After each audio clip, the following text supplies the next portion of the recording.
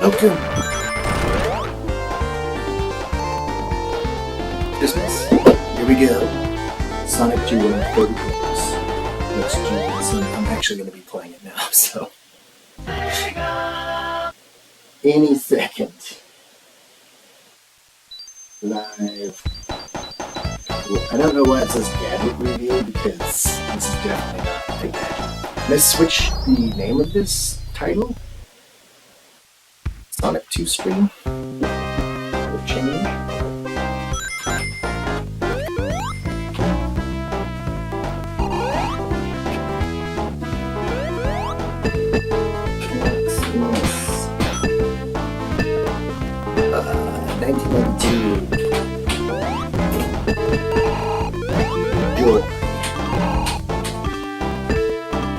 Okay. We're just having fun. Alright, here we go. Unfortunately, I had to start over the game, but that's cool. Now, Sonic has some of the best first levels in any free game. And Sonic 2 is no exception to the rule.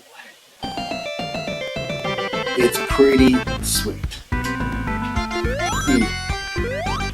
Go ahead and watch the intro screen. I'm going to just test. Perfect. Sounds good. Awesome. Let's do this. I'm excited. All right, here we go. Sonic 2. Oh my gosh. What was the first Sonic game you guys played? Mine was actually Sonic 1 on the Sega Genesis. Went to a friend's birthday party, 5 years old, and Sonic 1 blew my mind because before that we had Mario, and Mario's graphics, no offense to the original, but shades of pooper. So it's bright and colorful and just fast. That is it.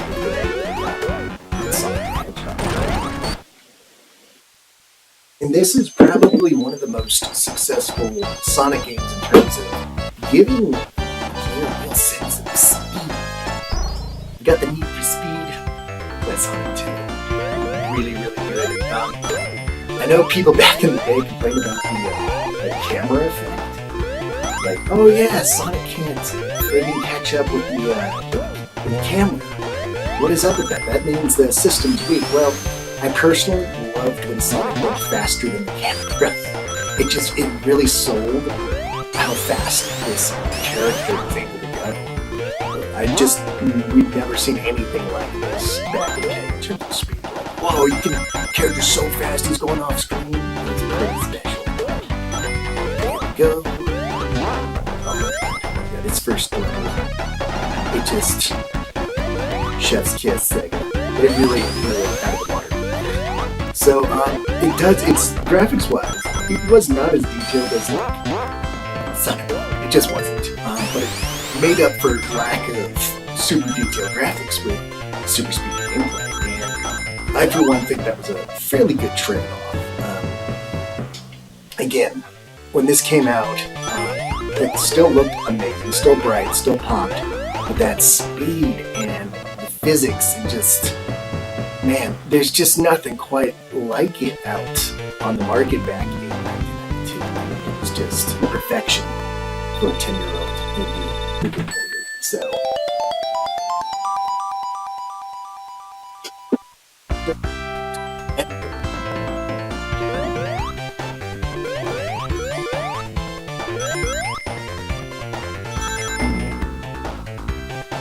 You have to look at the screen to play this game actually. So Sonic 2, the other really cool thing about this one is I think it had a nice balance between the slow parts and the fast parts. And what do I mean about that? I think a good example of Sonic is Marble Zone from Sonic 1, right? There's a lot of platforming in that. It slows things down in that game. You have to do a lot of kind of waiting and jumping timed. Otherwise you fall in lava. It's kind of annoying to go through. Luckily the song in that map is awesome, so I can sit through that level and listen to it all day in the Marble Zone. This game, though, I think does a better job.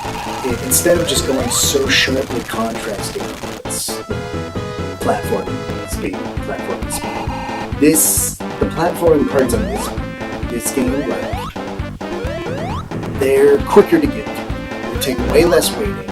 It's not like a whole level of trying to figure out when to jump and where to jump.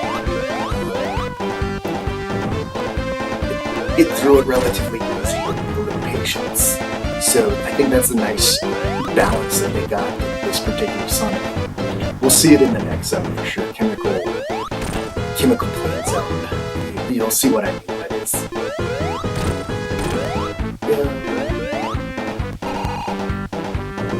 Yeah, this boss was so cool. I don't know. I haven't looked up the designs of all the vehicles, but it must have had like some industrial designer, like Dr. Robotnik's ships always look so good and plausible, like they could actually work in real life. Like just the machinery and like I don't know, they really just captured industrial areas in this game. Like their artists were very good at capturing metal textures. Look at this. This looks great. Cities and stuff. Scaffolding. Like it looks fantastic. It plays fantastic. And it's what a treat to be playing in 1982. I want a treat.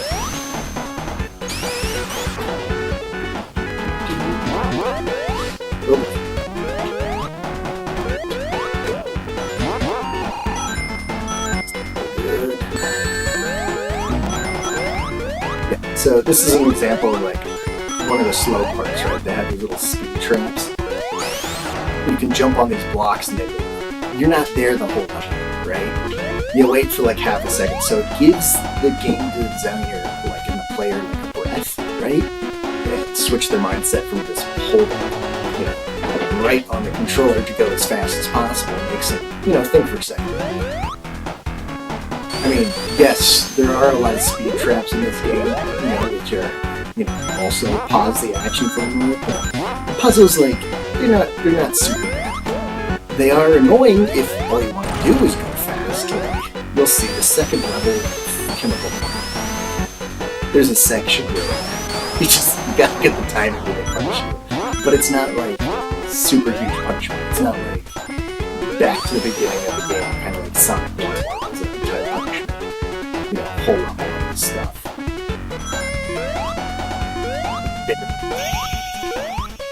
There we go.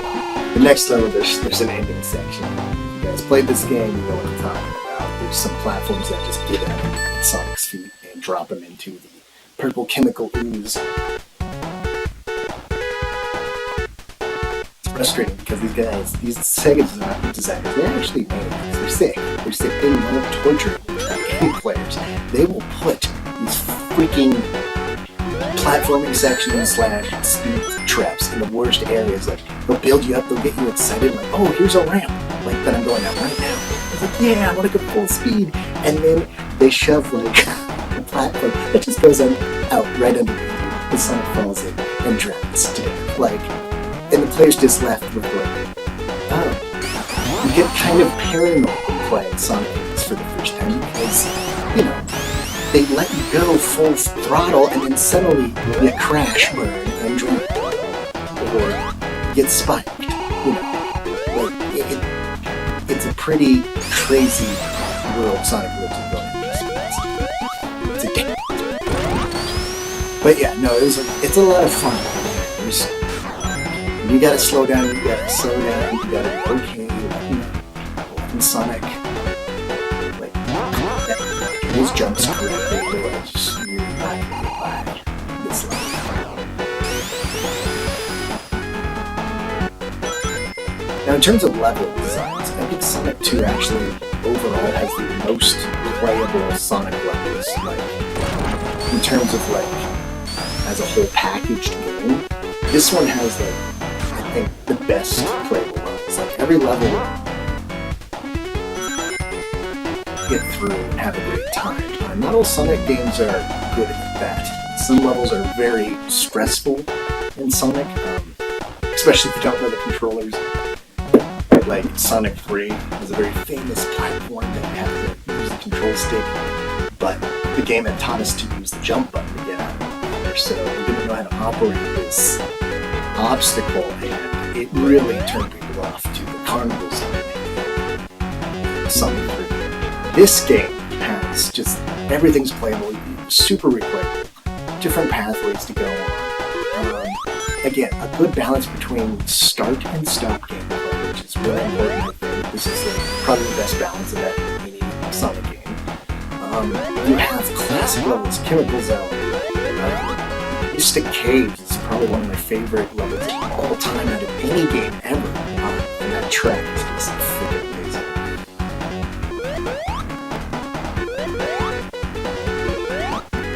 But yeah, they also have a Casino Zone. Oh. That's one of the things I thought Sega did a good job. So they would put like these real world places that kids couldn't go to, like a casino. Most kids, I think, at that time, like, going around, with family and stuff, and Vegas and those types of things, families would take everyone with them. Even though 99% of those types of, gambling experiences, you can't get to the fun stuff as a kid. Yeah, sure, there's an arcade and some amusement park rides for kids and stuff, and good restaurants and pools, but you're not going to get a taste of the real fun gambling, right? So, Sega is clever, and they make these areas that kids just don't get to see. Like, you're not allowed to go around like Chevron, or, some place where they refine oil and you're just not going to do that every time. So it was a fun way to experience, like, oh, this kind of looks like something I've seen in the real world going on. Or like a casino. Look at all the pretty lights and sounds. Like, you felt like you got to gamble a little bit. You felt kind of like, oh, this is kind of, I'm not supposed to be doing this. I'm too young. I can't gamble. So it was kind of fun that Sega would put you into, allow these characters to do things like the slot machines. That's what they call that. The casinos. So they let kids have some more, a taste of the adult life, I guess, a little bit. I felt cool playing the casino level. I got to gamble, I wasn't supposed to do that. I was 8 years old, So Sega was clever in doing that. They made levels that weren't only appealing from like a roller coaster kind of fun challenge. They were appealing because they really did have a real world kind of tether feel to it. And it just made it that much more replayable for someone who was young. Okay. Wow, I'm doing awesome. Oh, that looks great. That's not corrupted at all.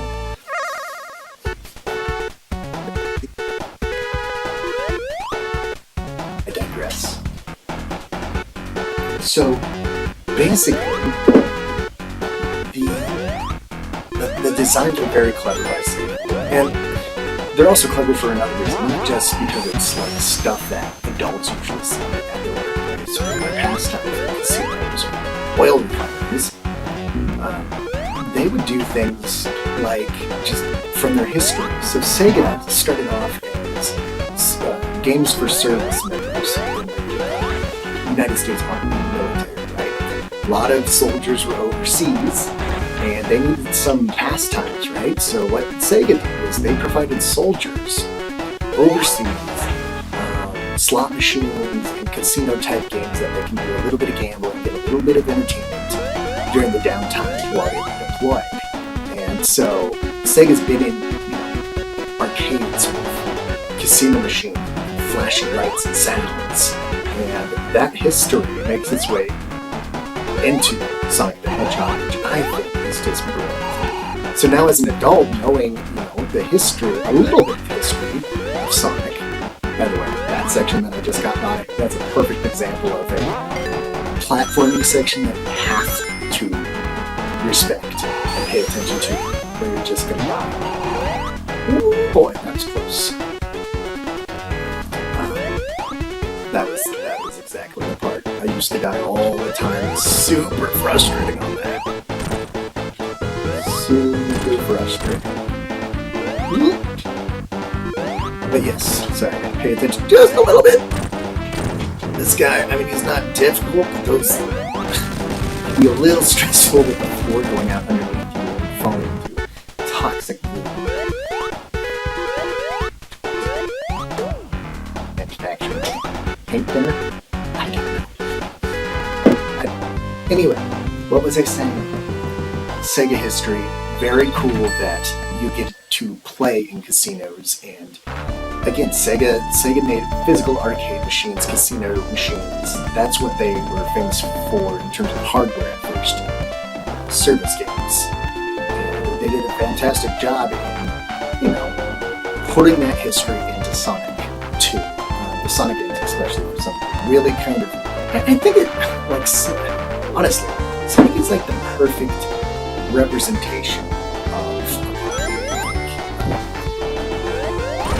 Sega always was about entertainment, like troops and pinball and gambling, and they made a mascot character that could bounce around and be like a pinball, or be a, they could do things with Sonic, like make him a coin, and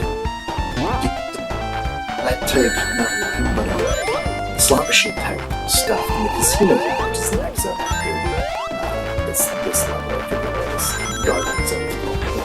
They did an amazing job of, it's probably the most, Sonic is one of the best mascots in terms of what Sega is all about. Not games. I mean, they make games, and it really covers just everything the company has done before in terms of entertainment, attempts with their hardware and resources and creativity. So, bravo for Sonic and that discovery on your part. Again, I think it's really cool and clever how Sega always looked at the top amusement rides and stuff. Like, what were people in modern day doing with their free time? They were going to casinos. They were going to, do pinball in arcades.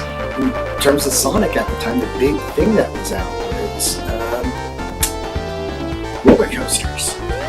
There's a lot of, if you start looking at a lot of the details, like in the casino zone and stuff, in the chemical zone, you can see there's parts of the rail systems and wheels and little machine parts that you find on actual roller coasters, which is so cool to see those details.